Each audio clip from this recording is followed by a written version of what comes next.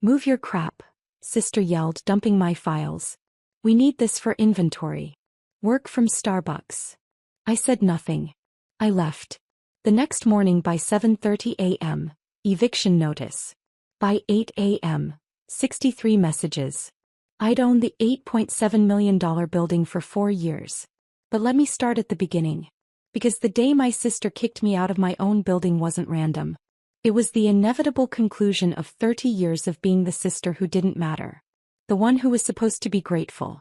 The one who should just get out of the way. My name is Sarah Kim. I'm 34 years old. And I've spent most of my life being invisible next to my older sister's spotlight. My sister Jessica is 37. 3 years older. 3 years more everything according to our parents. Growing up in San Jose, California, Jessica was the achiever. Straight A's. Student body president. Stanford acceptance. She was the daughter our immigrant parents dreamed of. Proof that their sacrifice meant something. I was different. Quieter. More interested in computers than people. I went to UC Berkeley for computer science. Good school. But not Stanford. Jessica got her MBA. Went into consulting. McKinsey. Then moved to tech. Product management at Google. Married a software engineer named David. They bought a house in Palo Alto worth $2.3 million. I started as a software engineer at a small startup. Made $95,000. Lived in a studio apartment in Oakland. Rode my bike to work. Every family dinner was a performance where Jessica was the star. Jessica got promoted to senior PM, Mom would announce. She's leading a team of 12 people now. That's wonderful, I'd say. What about you, Sarah? Are you still doing the coding thing? I'm a senior engineer now. Building infrastructure for. That's nice. Jessica, tell us about your new house project. I learned to stay quiet. To smile. To let Jessica shine. What they didn't know was that while Jessica was climbing the corporate ladder, I was building something else entirely. In 2017 I was 27 years old. The startup I worked for, Dataflow, was growing fast. We'd built a data pipeline product that companies loved. Revenue was climbing. We had momentum. Our CEO offered early employees the chance to buy additional stock options. Discounted. But you had to pay cash up front. I can offer you options to purchase 0.5% of the company, he told me. At $3 per share. That's $75,000. I had $82,000 in savings. Every penny I'd saved since college. I'll take it, I said. Jessica told me I was insane. You're putting all your savings into a startup? That's terrible financial planning. You should be buying a condo. I believe in what we're building. Sarah, this is why you need to think bigger. Startups fail. Real estate is tangible. I didn't argue. Just bought my options. 18 months later, Salesforce acquired Dataflow for $850 million. My total equity, 0.5% plus my standard employee grant of 0.3%, was worth $6.8 million after taxes. I was 29 years old. I didn't tell anyone. Not my parents. Not Jessica. Not my coworkers who assumed I was moving to another startup. I did move to another company. But not as an employee. As an investor. With $6.8 million, I hired a wealth advisor. Margaret Chin at Bay Area Capital Management. What do you want to build? She asked. Long-term wealth. I want to own assets that appreciate and generate income. Commercial real estate? Yes. Specifically, I want to buy a building. Something in the South Bay. Tech-focused. Office space that I can lease to startups. That's capital-intensive. I have capital. We started looking. In 2019 we found it. A 4-story office building in Mountain View. Built in 2005. 45,000 square feet. 8 separate units. Currently 85% occupied. The building was owned by a developer who'd overextended himself. He needed to sell quickly. Asking price. $9.2 million. It's underpriced for the location, Margaret said. He's motivated. What's it generating? Annual rental income is $1.8 million. Operating expenses are about $650,000.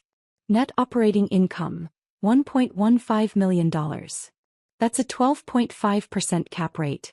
That's excellent. It is. But you'd need to finance part of it. Banks will lend you about 70%. You'd need a down payment of around $2.8 million. I'll offer $8.7 million. All cash. Close in 30 days. All cash? Sarah, you'd be putting almost all your liquid capital into one asset. I believe in this market. Tech is growing. Office space in Mountain View will always be valuable. Margaret paused. Hey. But we're creating an LLC. Kim Property Holdings. You'll own the building through the entity. Protects you from liability. Perfect. We closed on November 15, 2019. I paid $8.7 million cash for a commercial building in Mountain View. My family thought I was still working as a software engineer, living in my Oakland studio. I hired a property management company, Premier Commercial Management, to handle day-to-day operations. I reviewed financials monthly but stayed hands-off otherwise. By 2020, I'd increased occupancy to 95%. Annual revenue, $1.9 million. Net operating income, $1.25 million. By 2022, I'd raised rents in line with market rates. Annual revenue, $2.3 million. Net operating income, $1.65 million. The building had appreciated to $11.2 million. My net worth, $9.8 million. My family still thought I was just a software engineer. In 2021, Jessica quit Google. I'm starting a company, she announced at Sunday dinner. That's exciting. Mom said. What kind of company? Direct-to-consumer wellness products. Supplements. Skincare. We're calling it Vitality Collective. That sounds wonderful, Dad said. Very entrepreneurial. Jessica looked at me. You've worked at startups. Any advice? Focus on unit economics. Make sure your customer acquisition cost is sustainable. Obviously. This isn't my first rodeo, Sarah. I ran product at Google. Product management is different from running a company. I'm aware. That's why I have David as my co-founder. He'll handle tech. I'll handle product and business. Over the next year, I watched Jessica build Vitality Collective. They raised a seed round, $2 million from angel investors and a small VC firm. They hired 12 employees. They launched their first products. The company looked impressive from the outside. Beautiful branding. Active social media. Press coverage in TechCrunch. But I saw the numbers. Their customer acquisition cost was $180. Average order value was $95. They were losing money on every customer. How's the company doing? I asked at dinner one night.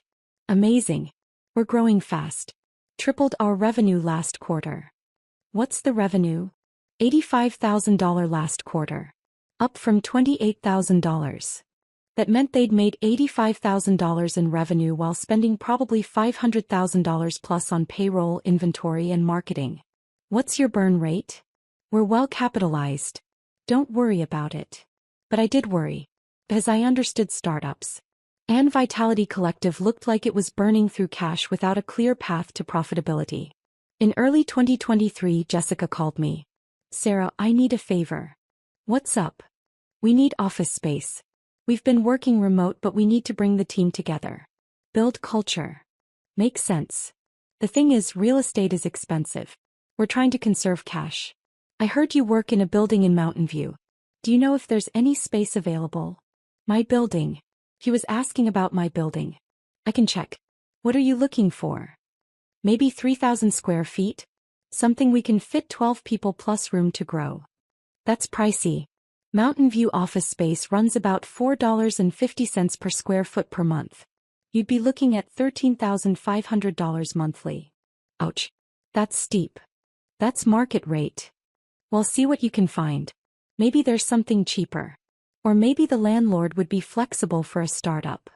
I called my property manager, David Chin at Premier Commercial Management. David, I have someone asking about space. My sister. She wants 3,000 square feet for her startup. Unit 3B is available. 3,200 square feet. We're asking $4.50 per square foot. That's $14,400 monthly. What's our flexibility on price? For a quality tenant with good credit? Not much. Market is strong. But family is family. What do you want to do? Let me think about it. I thought about it for 3 days. About whether to reveal that I owned the building. About whether to give Jessica a deal. In the end, I decided to stay anonymous. Rent her the space at market rate through the LLC. Keep my ownership private. David, let's rent her Unit 3B. Standard lease terms. Market rate. She doesn't know I own the building. Keep it that way. Understood. Jessica signed the lease in March 2023. Vitality Collective moved into Unit 3B. $14,400 per month. 3-year lease. At family dinners she talked about our new office in Mountain View. The landlord is some investment company, she said. Very corporate. But the space is perfect for us. I smiled. Said nothing. You should come visit, Jessica said to me. See what a real startup looks like. Maybe. I never visited as her sister. But I visited the building twice a month as the owner. I walked past Unit 3B. Saw through the glass walls. Saw her team working. Saw the Vitality Collective logo on the wall. He had no idea she was paying me rent. By mid-2023, Vitality Collective was in trouble. They'd burned through their seed round. They needed more capital. But VCs weren't biting. The market is tough right now, Jessica said at dinner. Investors are being conservative. What's your runway? I asked. We have about 6 months of cash. We're looking at a bridge round. Just need to get us to profitability. What's your path to profitability? We're increasing prices, launching new products, cutting costs. What costs? Salaries. We're doing layoffs, reducing the team from 12 to 7. What about the office? We need the office. Culture is important. We're keeping it. I did the math in my head. $14,400 monthly rent. Times 12 months. $172,800 annually. For a company that was making maybe $400,000 in annual revenue while spending $1.5 million. The office was bleeding them dry. But Jessica didn't see it that way. To her, the office was a symbol of legitimacy. Proof that Vitality Collective was real. By November 2023, things got worse. The bridge round fell through. They had 3 months of runway left. Jessica called me. Sarah, I need help. What kind of help? Financial advice. You're good with money. I need to cut costs, but I don't know where. Show me your financials. She sent me a spreadsheet. Revenue. Expenses. Cash balance. It was worse than I thought. They were burning $95,000 per month. Revenue was $32,000. They had $275,000 in the bank. You have 3 months, I said. I know. That's why I'm talking to you. Your biggest fixed cost is payroll. $58,000 per month for 7 people. I can't cut more people. We're already skeletal. Your second biggest cost is office space. $14,400 per month. We need the office. Could you go remote? Save $14,400 monthly. No. Culture would die. The team needs to be together. Jessica, you're going to run out of money. Culture doesn't matter if the company dies. You don't understand. This isn't just about spreadsheets. It's about building something that matters. It's about survival. I'll figure it out. Thanks for the advice. She didn't figure it out. In December 2023, Vitality Collective missed their rent payment. David called me. Sarah, Unit 3B didn't pay rent. First time since they moved in. How late are they? 7 days. I sent a reminder notice. No response. Send another notice. If they don't pay in 10 days, start the formal process. You sure? It's your sister. Business is business. Jessica paid 14 days late. With a note, sorry for the delay. Cash flow timing issue. January 2024 rent was also late. 17 days. February rent was 23 days late. I didn't reach out to her. This was between her company and my LLC. I stayed out of it. But at family dinners the stress was visible. Jessica looked exhausted. Thinner.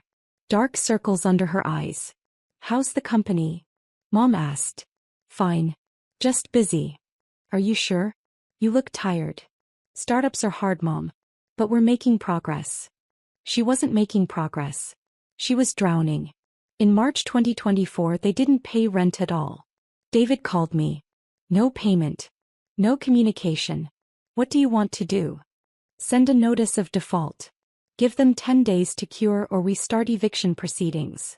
You want to evict your sister? I want to enforce the lease. This is a business relationship. If she can't pay rent, she can't occupy the space. Hey, I'll send the notice. Jessica called me that evening. Sarah, did you know the landlord is threatening to evict us? What happened? We're behind on rent. Just a few weeks. But they're being really aggressive about it. How far behind? Like, 6 weeks.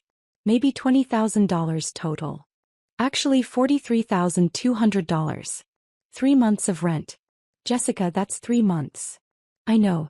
But we have investors coming to visit. We need the office to show them we're real. If we get evicted, we lose the funding round. Can you catch up on rent? If we get the funding, yes. But we need 30 days. Maybe 60. Have you talked to the landlord? I tried. There's some faceless effie. The property manager just sends form letters. No flexibility. Maybe if you explained your situation. I tried. They don't care. Corporate investors. They just want their rent check. I said nothing. Can you lend me $20,000? Jessica asked. Just to catch up on rent. I'll pay you back when we close the round. Jessica. Please. I'm desperate. This company is everything to me. I can't let it die because of some greedy landlord. I took a breath. I can't lend you $20,000. Why not? You make good money. You live in a studio. You have savings. My finances are more complicated than you think. What does that mean? It means I can't just hand you $20,000. Some sister you are. She hung up. In April 2024, we started formal eviction proceedings. Legal notice. Court filings. The whole process. Jessica was furious. At family dinner, she ranted about the corporate vulture landlord who wouldn't work with startups. They're killing my company, she said. Over $43,000. That's nothing to them but everything to us. Maybe you should have paid your rent, Dad said carefully. I was trying to keep the company alive. Rent or payroll? I chose payroll. I chose keeping my team employed. But you signed a lease, Mom said. I know I signed a lease. But there should be some humanity in business. Some understanding that startups are hard. I ate my dinner silently.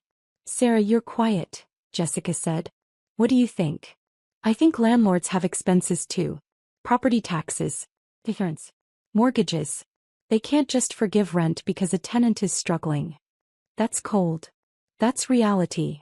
You sound like a capitalist robot. I sound like someone who understands business. Whatever. You've never built anything. You just write code for other people's companies. You don't understand what it's like to have everything on the line. I could have told her then. About the building. About owning the space she was about to be evicted from. About building a multi-million-dollar real estate portfolio while she assumed I was just a code monkey. But I didn't. I just kept eating. On April 15, 2024, Jessica got approval from an investor for emergency bridge funding. $250,000. Enough to pay back rent and buy 3 more months of runway. She called me excited. We're saved. The investor came through. We can pay the rent. Keep the office. That's great. I'm going to go to the office tomorrow. Pay in person. Show the property manager we're serious. Good idea. The next day, April 16th, I had a meeting scheduled with David Chin to review Q1 financials. We'd scheduled it weeks ago. 10 a.m. at the building. I arrived at 9:45 a.m. Parked in my reserved owner's spot in the garage. I went to the building manager's office on the first floor. David was already there preparing documents. Ready to review numbers? He asked. Let's do it. We went through the financials. Revenue was up 8% year over year. Expenses were controlled. Net operating income was strong. What about Unit 3B? I asked. Are they current now? Not yet. But the tenant called yesterday. Said she's bringing payment today. Cashier's check for full back rent. Good. At 10:47 a.m. while David and I were reviewing maintenance expenses, my phone buzzed. Security calling. Miss Kim, there's a situation in Unit 3B. What's going on? The tenant is moving furniture into the conference room. They're using it as storage. The space is getting crowded. Other tenants have complained about noise. I'll come up. I told David I'd be back in 15 minutes. Took the elevator to the third floor. I walked toward Unit 3B. Through the glass walls I could see chaos. Boxes everywhere. Inventory stacked in the conference room. The office that was designed for 12 people now crammed with products and packaging materials. I opened the door. Walked in.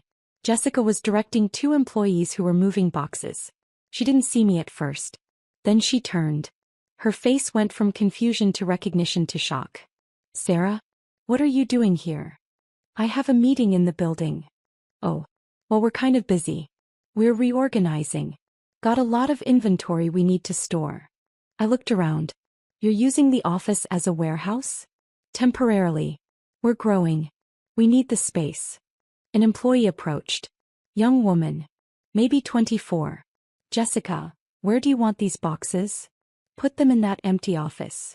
"That's not empty," the woman said. "Someone has a desk and computer in there. They can work from home today. We need the space." I walked toward the office she was referring to. Saw a desk with files and a laptop. A name placard, David, Head of Engineering. "Whose office is this?" I asked. Jessica came over. "That's David's space. He's my co-founder. But he's not here today. We can use it." "He's not here today or you kicked him out?" "Sarah, stay out of this. This is my company. My space. I make the decisions. Your space that you haven't paid rent for in 3 months. I'm paying today. I have the check right now. Once I pay, the landlord can't say anything about how we use the space. Actually, the lease specifies the space is for office use, not warehouse storage." "How would you know what the lease says?" I paused. This was the moment. "Because I own the building." The room went silent. Jessica stared at me. "What?" "Kim Property Holdings. That's my LE.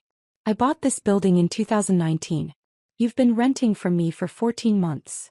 Her face went through several expressions. Disbelief. "Bigger. You own this building?" "Yes. And you've been letting me struggle? Letting me stress about paying rent? Threatening me with eviction? You signed a lease. With market rate rent. This is a business transaction. I'm your sister. And this is my investment property, which you failed to pay rent on for 3 months. Because I was trying to save my company. That's not my problem. You have a legal obligation. You signed a contract." Jessica's employee shifted uncomfortably. "Should we step outside?" "No," Jessica said. "Stay. I want witnesses to this." He turned to me. "So what, you've been spying on me?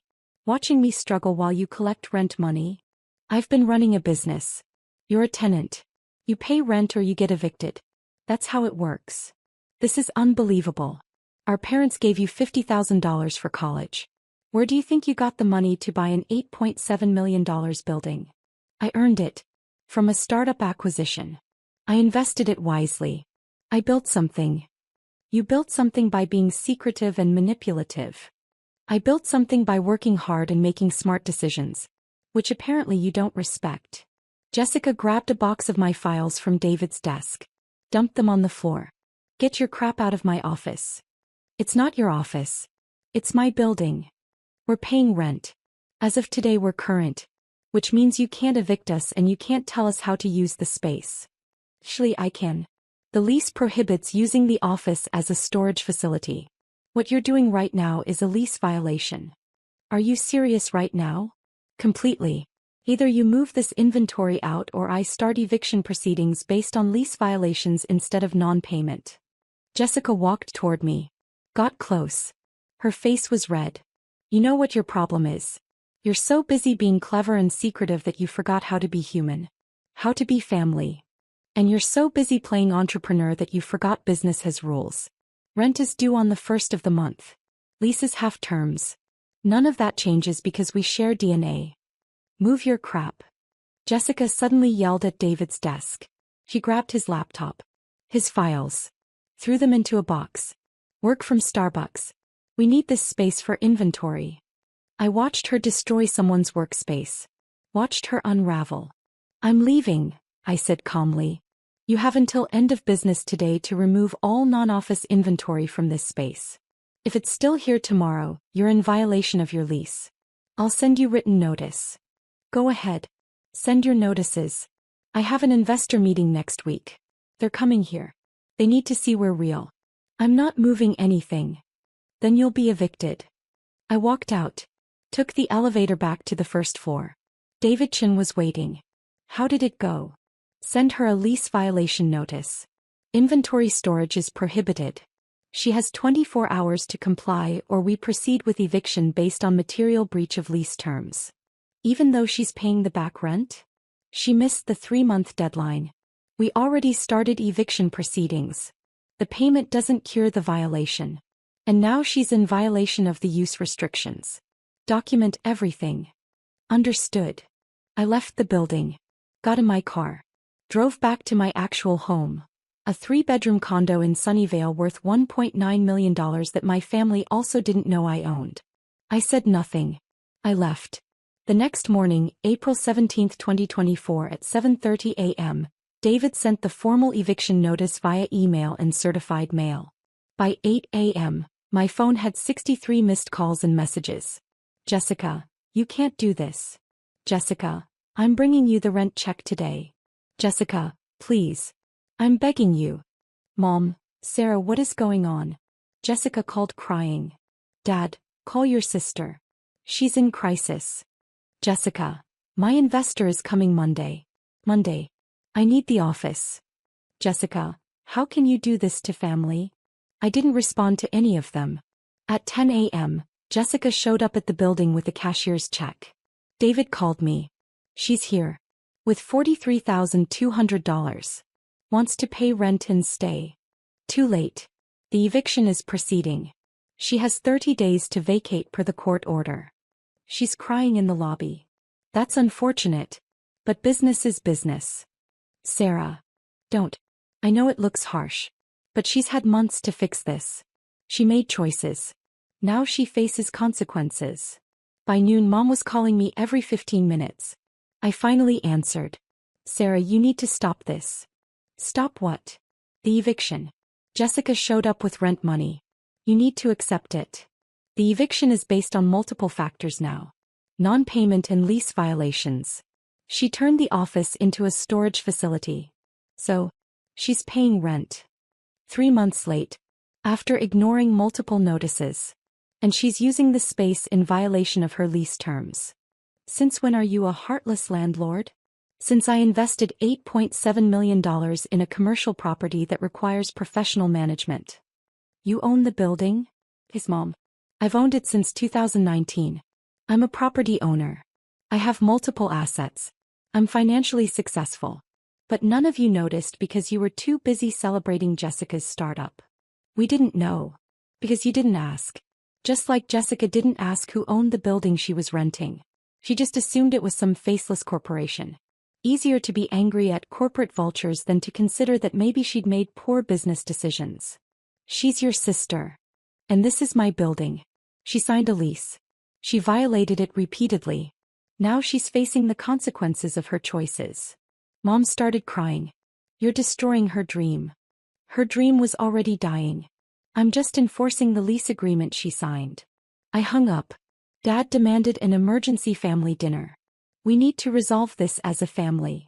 We met at their house in San Jose on April 20, 2024. 4 days after the confrontation, Jessica arrived with David, her co-founder husband. They looked exhausted. Thank you all for coming, Dad started. We need to figure out a path forward. There's nothing to figure out, I said. Jessica has a 30-day eviction notice. She needs to vacate the property. Sarah, please, Mom said. Can't you show some flexibility? I've shown flexibility. For 3 months of non-payment. Now she's using the space in violation of her lease. There's no more flexibility. Jessica leaned forward. I have an investor coming Monday. If I don't have an office, the deal dies. If the deal dies, the company dies. Everything I've worked for.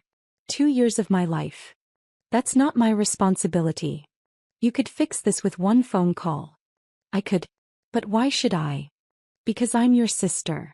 So, You've treated me like I don't matter for 30 years.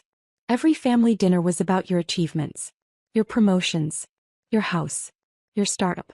I was just the quiet little sister who coded for other people. Remember that phrase? Sarah just writes code for other people's companies. You said that 6 days ago. Jessica looked down. I've built something significant, I continued. A real estate portfolio. Financial security. Success by any measure. But none of you knew because none of you asked. You were too busy assuming I was less than you. That's not fair, Mom said. Isn't it? When's the last time you asked about my work? My life? My accomplishments? It's always about Jessica. Always has been. We're proud of both our daughters, Dad said. No, you're proud of Jessica. I'm just, there. The backup daughter. The one who should be grateful to be included. Sarah, Jessica started. I bought that building when I was 29 years old. Paid $8.7 million cash. Built a business model that generates over $1.6 million in annual net income. My net worth is nearly $10 million. And none of you had any idea because you never looked past your own assumptions about who I was. The room was silent. So no, I said. I'm not going to save your startup by forgiving rent or overlooking lease violations. You signed a contract. Live with it. David, Jessica's husband, spoke for the first time. What if we pay the back rent plus a penalty? And move the inventory out immediately? The eviction is already in process. Legal fees have been incurred. Court dates are scheduled. How much would it cost to stop it? He asked. More than you have. And more than I'm willing to negotiate. Name a price. I looked at Jessica. There is no price. This isn't about money. This is about consequences. 4 years of being dismissed. For being kicked out of my own building because you needed storage space. For being told to work from Starbucks like I was the one who didn't matter. I didn't know it was your building. Exactly. You didn't know. Didn't ask. Didn't consider that maybe, just maybe, I'd built something significant. You just assumed the landlord was some evil corporation you could bully and manipulate. Jessica was crying now. So you're going to destroy my company to make a point? I'm not destroying your company. Your company destroyed itself with unsustainable unit economics and poor cash management. I'm just enforcing a lease agreement. Mom stood up. Sarah, if you do this, you're choosing money over family. No, I'm choosing boundaries over enabling. Jessica made choices. Bad choices. She gets to live with them. We didn't raise you to be this cold. You didn't raise me at all, Mom. You raised Jessica. I just sort of existed alongside her success. I stood. The eviction stands. Jessica has 26 days left to vacate. I suggest she use them to find alternative space or wind down the company. Either way, this conversation is over. I left. Jessica vacated Unit 3B on May 15, 2024. One day before the final eviction deadline. Vitality Collective shut down 3 weeks later. The investor deal fell through. Without an office to show, they couldn't project legitimacy. The company dissolved. Employees laid off. Assets liquidated. Jessica blamed me publicly. On LinkedIn she wrote, "Sometimes the biggest obstacles to success are the people closest to you. Family isn't always support. Sometimes it's sabotage." I didn't respond. My parents stopped inviting me to family dinners. I was too focused on business. Too cold. Not the daughter they thought they raised. Fine by me. 3 months later, in August 2024, David, Jessica's husband, reached out to me. "Sarah, can we talk? Just you and me." "No, Jessica." "About what?" "About what happened. And what happens next." We met at a coffee shop in Palo Alto. "Jessica is angry," he said. "Probably will be for a long time." "I know. But I wanted to tell you something. You were right." I looked up. "The company was dying," David continued. "Terrible unit economics. Unsustainable burn rate. We were never going to make it. The office was bleeding us dry.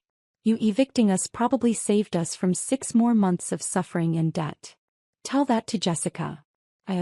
She's not ready to hear it yet. But she will be. Eventually. Maybe. I also wanted to say I'm impressed. With what you've built. I did some research after everything happened. Your building is just one asset. You own other properties too. Yes. That's incredible. You built real wealth while everyone was focused on startups and exits. Smart. Thank you. Jessica feels betrayed. But honestly, I think she's just shocked that you were more successful than her and she never knew. That's her issue to work through.